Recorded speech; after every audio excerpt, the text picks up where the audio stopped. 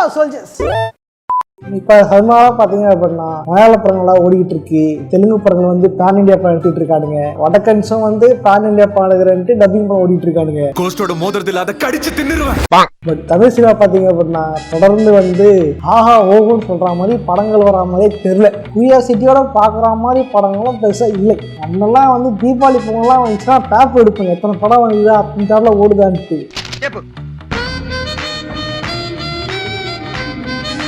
இன்னைக்கு பாத்தீங்கன்னா எதை பார்த்தா தெரியலீங்க, நம்ம ஊருக்கு என்னதான் ஆச்சு. இந்த மாதிரி பாத்தீங்க அப்படின்னா தமிழ் சினிமா டவுன்ஃபால் ஆகி இருக்கிறது இல்லையா? என்ன தொங்கிருச்சு?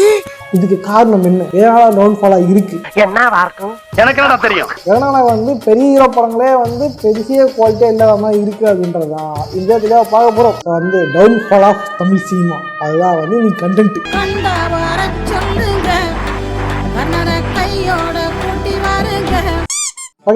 ஓரா பேசாம போயிடலாம். அதுக்கு முன்னாடி யாரும் சப்ஸ்கிரைப் பண்ணீங்க, அது மட்டும் இல்லாம இந்த வீடியோக்கு லைக் பண்ணீங்க. ஆர்மியில கேட்க ஆர்மி தான் பெரிய ஆர்மி அப்படி நிரூபிக்கிற மாதிரி எல்லாம் சப்ஸ்கிரைப் பண்ணுங்க. ஓரா பேசாம வீடியோ போயிடலாம். நான் கமலசாமி. இந்த ஷோ அங்க என்ன கிணறு வட்டிக்கிட்டு இருக்காங்க பேச்சியா? கோலிவுட் கமலசாமி. இந்திரன் வந்தது சந்திரன் வந்தது இந்த சினிமா தான். இங்க எம்ஜிஆர் வந்தது என்டிஆர் வந்தது இந்த சினிமா தான். முதல்ல பார்க்க போறது பட்ஜெட் விசஸ் சேலரி.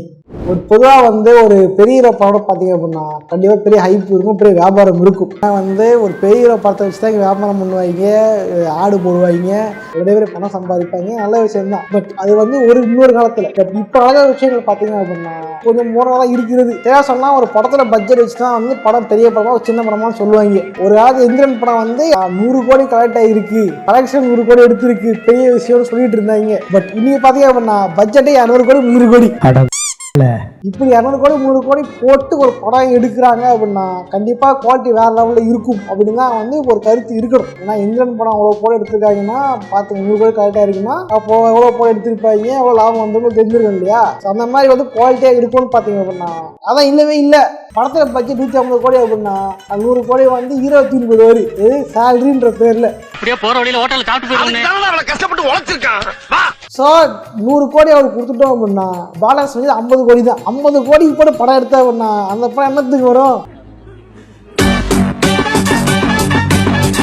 அதுக்காக வந்து ஹீரோஸ் பெரிய சம்பளம் வாங்கக்கூடாது, இது பண்ணக்கூடாதுன்னா சொல்ல பூமர் மாதிரிலாம். பட் படத்தோட குவாலிட்டி அப்படின்றது முக்கியமா தேவைப்படுது இல்லையா? சொன்னா கேஜிஎஃப் படம் எடுத்தீங்க. கேஜிஎஃப் படம் பார்த்தீங்க அப்படின்னா அந்த படம் இதோ இருக்காரு இல்லையா யாஷ், அவர் வந்து அந்த படத்துக்கு சம்பளமே வாங்கல அப்படின்ட்டு தான் சொல்லப்படுது.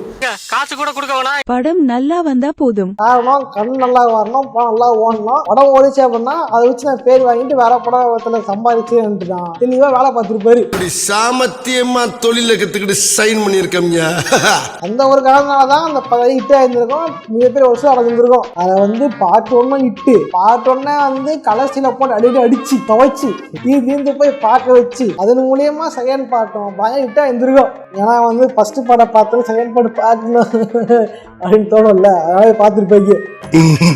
காரணம் வந்து ஒரு கண்டென்ட் நல்லா இருக்கணும், படம் ஓடணும்ட்டு அந்தந்த ஆக்டர்ஸ் கொடுக்குற ஒரு இன்டென்ஷன் தான் காரணம். ஏன்னா இந்த காலத்துல யாருமே வந்து டைரக்டரை பார்த்து படம் பார்க்க வராங்க தெரிய மாட்டேங்குது, வாய்ப்பே இல்லை. ஹீரோ மூஞ்ச பார்த்து தான் படம் பார்க்க வராங்க. தலைவர் படத்துக்கு போனோம் 500 இருந்தா கொடுங்க. அப்ப ஹீரோவாரு தான் வந்து உழைக்கணும். நம்ம ஊர்ல பாத்தீங்க அப்படின்னா ஆடியோ லான்ச்சிங் வர மாட்டாங்க, பிரஸ் மீட்டிங் வர மாட்டாங்க. என்ன வேலை வாங்க படம் அடிச்சனா தான் இன்னும் எதுக்கு அப்படின்னு வர மாட்டாங்க. என் வயிற்றுல சும்மா விட பண்ணலாம், பார்த்து நல்லா இருந்துக்க. இப்ப ஹீரோயின்ஸும் பண்றாங்களா அந்த மாதிரிலாம். ரொம்ப சாரி சார், அப்படித்தான்டா பேசுவேன். ஸோ வந்து உங்களை போட்டு பழகுறாங்க அப்படின்னா உங்க மூஞ்சி வச்சு தான் வியாபாரம் பண்ணணும். அதுக்கு நீங்க தான் வந்து வியாபாரம் பண்ணி கொடுத்துட்டு போகணும். இதனால ஐயா ஒரு தோசம் போயிருமா? கம்மி சம்பளம் வாங்கவே அந்த விவரம் மாதிரி போறா. நீங்க 100 கோடி வாங்குறீங்க வந்து பேசிட்டு போல என்ன ஆகிட போகுது? மனுஷங்க போடுறீங்களா? ஏன்டா போடுறீங்க? இதான் சொல்ல வேணா அந்த மல்டி சொல்றது பேன் இண்டியா ஃபிலிம், அதாவது எல்லா ஸ்டேட்லயும் டப்பிங் ரிலீஸ் பண்ணி ஓட்டுறது, இல்லை எல்லா ஸ்டேட்லயும் ஒருத்தர் பொறுக்கி போட்டு நடிக்க வச்சுட்டு பேன் இண்டியா ஃபிலிம் ஏமாத்துறது. இந்த மாதிரிலாம் வந்து தெலுங்கு சினிமா பண்ணிட்டு இருக்காங்க. ஆந்திரா என்னதா, தமிழ்நாடு என்னதா. பட் அவங்கள பார்த்தீங்க அப்படின்னா எல்லா ஸ்டேட்லையும் போட்டு ப்ரொமோஷன் பண்ணுவாங்க. ட்ரிபிள் படத்தை பார்த்தீங்க அப்படின்னா நம்ம ராம்சர் வந்திருப்பாரு, ஜூனியர் என்டிஆர் வந்திருப்பாரு, தமிழ்ல வந்து பிரஸ் பேர் கொடுத்துருப்பாரு தமிழ் இதுவெல்லாம். பட் நம்ம போயிட்டு பக்கத்து சைடு பேசுவாங்களான்னா அதான் இல்ல, இங்கே வரலையாப்பா அங்கே வருவாங்க. அது பொன்னியின் செல்வனுக்கு போனாங்க. அது போனவங்களாம் அவ்வளோ பெரிய ஹீரோஸ் கிடையாது. சியான் விக்ரம் தான் போனாரு. அவர் அவ்வளோ பெரிய ஹீரோலாம் கிடையாது. இந்த குத்து இப்ப போறான் அவனை குத்துறா ஸோ சேலரின்றதும் ஒரு முக்கியமான விஷயம்தான். அடுத்ததாக பார்க்க போகிறது ஓல்டு கான்செப்ட்.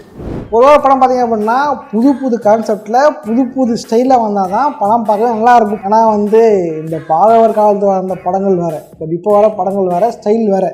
ஆட்டோவே நான் தான் ஓட்டுவேன். கண்டிப்பாக இந்த மாதிரி வந்து புது ஸ்டைலோட படங்கள் இப்போ வருதான்னு கேட்டிங்க அப்படின்னா அதுதான் இல்லவே இல்லை. எல்லாம் வந்து அரைச்சமாகவே அரைக்கிறது, ஒரே மாதிரி கதை எடுக்கிறது.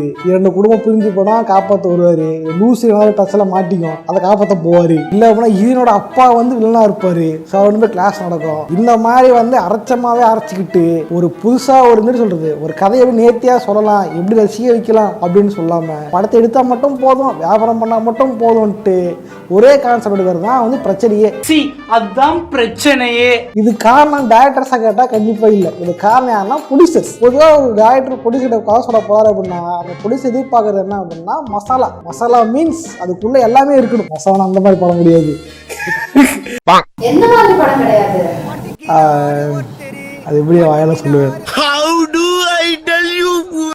படத்துல வந்து லவ் இருக்கணும், படத்துல பாட்டு இருக்கணும், படத்துல ஃபைட் இருக்கணும் அப்படின்ட்டு எல்லாம் இருக்குதா அப்படின்னு செக் பண்ணி தான் வந்து படத்தை எடுக்கிறதுக்கே வந்து என் பையன் புதுசாக ஒருத்தவங்க கான்செப்ட் சொல்ல வராங்க அப்படின்னா அவங்க வந்து இதெல்லாம் ஓடாதுப்பா, இதெல்லாம் பார்க்க மாட்டாங்கப்பா, ஏதோ மசாலா படமாக கொடுப்பா, ஆக்ஷன் படமாக கொடுப்பான்ட்டு ப்ரொடியூசர்ஸே எதிர்பார்க்கறது தான் வந்து பிரச்சனையே.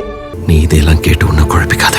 ஏதாவது சொன்னா அப்படின்னா சில ஆண்டுகளுக்கு முன்னாடி வந்து புது டேரக்டர்ஸ் வந்திருப்பாங்க. நம்ம கார்த்திக் சுப்பராஜ், நளின் குமாரசாமி, அப்புறம் தியாகராஜன் குமாரராஜா, இந்த மாதிரி புது டேரக்டர்ஸ்லாம் வந்திருப்பாங்க. காரணம் அப்படின்னா நாளை இயக்குனர் அப்படின்ற ஷோவால அது வந்து ஒரு புது ரொம்ப ஜாம் ஆகுது, புதிய தொடக்கம்னு வச்சுக்கலாங்க. ஏன்னா புது கண்ணனை கொண்டு வரதுக்கு அது ஒரு கீயா இருந்துச்சு. பட் இப்போ அந்த மாதிரி கீயா கொண்டு வராம இருக்கா அப்படின்னா கண்டிப்பா இதெல்லாம் இல்லவே இல்லை. எல்லாம் ஒரே மாதிரி பார்ப்பாங்க, கொள்ளடிக்கிறானுங்க. இது மாதிரியே எடுத்துக்கிட்டு இருந்தா பார்க்கறவங்க வந்து கிளிஷேவா இருக்குமே தவிர ஒரு படம் பார்க்கணும், இது பண்ணணும்ன்ற ஒரு கியூரியாசிட்டி யாரும் வரப்போறதே இல்லை. இப்படியே போச்சுன்னா குரங்கா மாறிடும் சார். இதுவுமே வந்து ஒரு முக்கியமான ஃபேக்ட் தான். அடுத்த பார்க்க போறது கருத்து படங்கள். கேட்ட பார்த்தாலே பயமா இருக்கு.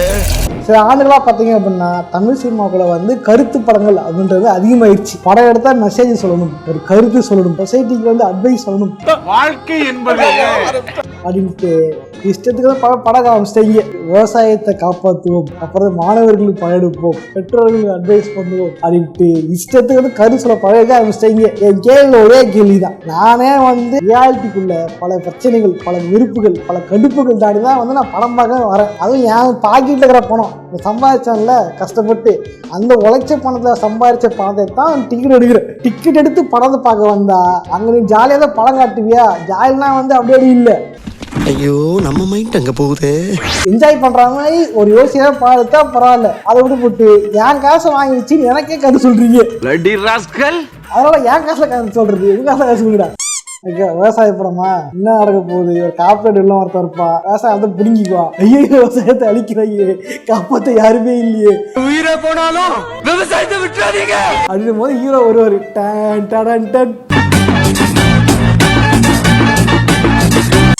அடுத்து பார்த்தீங்க அப்படின்னா கிளீஷேவா பாடுகிறது. ஒரே சீரீஸ்லேயே படம் எடுக்க வேண்டியது. பேய் படம் வந்துச்சா தொடர்ந்து பேய் படம். லவ் படம் வந்துச்சா ஒரே லவ் படம். அதே மாதிரி காமெடி படம் வந்துச்சா காமெடி படம். இந்த மாதிரி ஒரே காசுல படம் எடுத்து மக்களை வந்து காண்டெடுத்த வேண்டியது.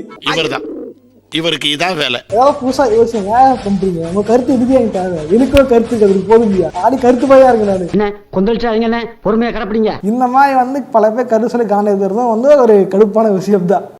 அடுத்து பார்த்தீங்க அப்படின்னா ஆடியன்ஸ். என்ன சொல்றது, ஆடியன்ஸ் மேலே குறை சொல்லுவியான்னு சந்தேகம் தெரியும். இருந்தாலும் சொல்றேன் கேளுங்க. டைமிங்கோட நல்ல டைமிங்கோட நான் ஒரு தடவை சொல்றேன் கேளுங்க. சொல்லணும்னா நம்ம டைரக்டர் ஒரு வார்த்தை சொல்லி இருப்பாரு, 100% உண்மையான வார்த்தை. வாரிசுக்கும் துணிவுக்கும் வந்த கூட்டம் கடைசி விவசாயிக்கு வந்துச்சு அப்படின்னா டைரக்டர்ஸும் வந்து பெருசாக சமோசம் பண்ணி தேவையில்லை அப்படின்னு சொல்லியிருந்திருப்பார். இது உண்மையிலே வந்து யோசிக்க வேண்டிய விஷயம். அதுக்குமார் ஒரு பெரிய விஷயம். ஜனங்க எதை கொண்டாடுறாங்களோ அதை உற்பத்தி பண்ணுறதுக்கு வியாபாரம் ஒருபோதும் தயங்காது. உண்மைதான். ஒரு ஹீரோ நடிச்சார் அப்படின்னா பார்க்கறதுக்கு வந்து கூட்டம் பழைய வருது. பட் ஒரு கான்செப்ட் இது மாதிரி இருக்குது, ஒரு டேரக்டர் நடித்த படம் இது மாதிரி இருக்குது, டேரக்டர்லாம் எடுப்பாருன்னு நினச்சி போயிருந்தீங்க அப்படின்னா அந்த படங்கள்லாம் வந்து இப்போ பாட்டை விட படமாக இருந்திருக்கும், போட்டோ விட படமாக இருந்திருக்கும். இன்றைக்கி மீமில் பார்த்துட்டு வந்து மஞ்சுமல் பாய்ஸ் போகலான்னு போகிறீங்க. அதே இடத்துல அதே மீம்ஸை பார்த்துட்டு மேகத்தொழிற்சமலை படத்துக்கும் கடைசி வயசுக்கு போயிருந்தீங்க அப்படின்னா கண்டிப்பாக அந்த படம் ஓடி இருந்திருக்கும். அந்த கான்செப்ட் படங்கள் வந்திருக்கும். அந்த டேரக்டர்ஸும் வந்து மேலே முன்னே இருப்பாங்க. காக்க முடியாத டேரக்டர் தான் வந்து கடைசி வயசை எடுத்தாரு. இப்போ அடுத்து என்ன படம் வேறுன்னு தெரியல. அந்த படம் ஓடி இருந்ததுன்னா அது மாதிரி சான்ஸ் கிடச்சிருந்துருக்கும். ஆக்சுவலி இந்த விஷயம் வந்து இங்கே மட்டும் இல்லை, இந்தியா ஃபுல்லாக நடக்குது. சீரியஸாக டும்பேட் அப்படின்னு ஒரு படம். அந்த படம் பார்த்தீங்க அப்படின்னா அந்த படம் எடுக்கிறதுக்கோசரம் டேரக்டர் எவ்வளோ கஷ்டப்பட்டிருப்பாரு. ஆனால் அந்த படம் சில புடிச்சு யாரும் கிடைக்கவே இல்லை. இந்த கான்செப்டை சொன்னா யாரும் பாடுக வரவே இல்லை. பட் கடைசியாக டேரக்டர் என்ன பண்ணாரு அப்படின்னா அவனோட கை காசை போடாத படத்தை எடுத்துருப்பாரு. இதுதான் இப்போ கேள்வி ஒரு கேரக்டர். அந்த கேள்வி கேரக்டர் நினச்சிட்டு அவரு தானே இவ்வளோ கஷ்டப்படாத படம் எடுத்துருப்பார். பட் அந்த படம் அவ்வளோ கஷ்டப்பட்டு எடுத்துமே அந்த படத்தை அங்கீகாரம் கிடைக்கல. அந்த படம் வந்து ரொம்ப பெருசாக ஃபேமஸாக ஆகலை. ஆன்லைனில் இப்போ தான் சில பேசிட்டு இருக்கீங்க தவிர அது ஃபேமஸ் ஆகலை. இந்த மாதிரி விஷயங்கள் இங்கே ஓடுறதுக்கு காரணம் என்ன அப்படின்னா ப்ரொடியூசர்களோட பேராசையும் ஒரு காரணம் தான். இல்லைன்னா இதை அப்படின்னா ஒரு டேரக்டர் தான் நினைச்சதை எடுக்க ஆசைப்பட்டதை எடுக்க முடியாமல் போயிடுது. நமக்கு பிடிச்ச மாதிரி ஒரு படம் எடுக்கணும்னா ஹீரோ ஒத்துக்க மாட்டாங்க. ஆனால் வந்து இப்போ சம்பாஷணம் செய்ய வேண்டியிருக்கிறது. உண்மைதான். ஒரு டேரக்டர்லாம் எடுத்து விளையாட்டு இருந்திருப்பாரு. தீனாவே பெரிய கோத்து விட்டுருவாங்க இதெல்லாம் எடுப்பாருங்க அப்படின்ட்டு. இந்த டேரக்டர் அந்த பக்கம் போனா இவரு நடக்கவே எடுக்க முடியாது, அவருக்கு ஏற்ற மாதிரியே கொண்டு வர முடியாது. கடைசி என்ன 2 கட்டணம் போல அந்த படம் மாதிரி பைத்தியக்காரனுக்குலாம் எவன்டா பெயிண்டிங் கான்ட்ராக்ட் கொடுத்தது? டிவி சொல்லலாம், அப்புறம் பீஸ்ட் சொல்லலாம், அப்புறம் வலிமை சொல்லலாம், ஏன் ஜெயிலரே சொல்லலாம். ஃபர்ஸ்ட் ஹாஃப் நல்லா போயிட்டு இருக்கும். திடீர்னு செகண்ட் ஹாஃப்ல வந்து கதறி விட்டுருவாங்க ஏதாவது பண்ணி. இல்லை ஹீரோக்கு ஃபைட்டு விற்கணும், ரசிகர்கள் கேட்பாங்க, 10 பேரை பழந்தான் வந்து விஷயம் அடிப்பாங்க அப்படின்ட்டு அதுக்காக வந்து படத்தை கொதிரி விட்டுருது. ஏன்னா அந்த கபாடி நல்ல படம் தான். பட் கிளைமேக்ஸ் சீனுக்கான ஃபைட்டு இருக்கிறேன்ட்டு படத்தை 2 கட்டம் ஆகியிருப்பாங்க. ஸோ இந்த மாதிரி ஒரு டேரக்டரோட ஃப்ரீடமை வந்து கட் பண்ணிவிட்டு ஒரு ஆக்டராக மாற்றணும்னு நினைக்கும் போது சில படம் வந்து 2 கட்டம் மாறி போடுது. இதுவுமே வந்து ஒரு பேடான விஷயம் தான் தமிழ் சினிமாவுக்கு. ஓகே காலேஜ் நிறைய பேர் லைக் பண்ணுங்கள், ஃப்ரெண்ட்ஸாக ஷேர் பண்ணுங்கள். இந்த இதில் வந்து டவுன்ஃபால் ஆஃப் தமிழ் சினிமா அப்படின்னு சொல்லியிருந்திருப்பேன். எதிர்காலத்துலலாம் சரியாகுமா, சினிமா வந்து நல்லபடியாக வருமா, இந்தியா முழுவதும் கொண்டாடக்கூடிய பல படங்கள் வந்து தமிழ் சினிமா வருமா அப்படின்றத வந்து காலம்தான் பதில் சொல்லுன்ற மாதிரி ஃபீச்சர் தான் தெரியும். வருமா வராதா இல்லை ஆதித்யா வருமாவான்றத காலமாசா கமெண்ட் பண்ணுங்க. ஜோக் இல்ல இல்லையா? சார் இதே மாதிரியான இன்னொரு சோஷா சந்திக்கிறேன். சும்மா லைக் பண்ணிட்டு போங்க, சப்ஸ்கிரைப் பண்ணிட்டு போங்க. ஓகேவா? ஸோ போட்ரைட் பாய்.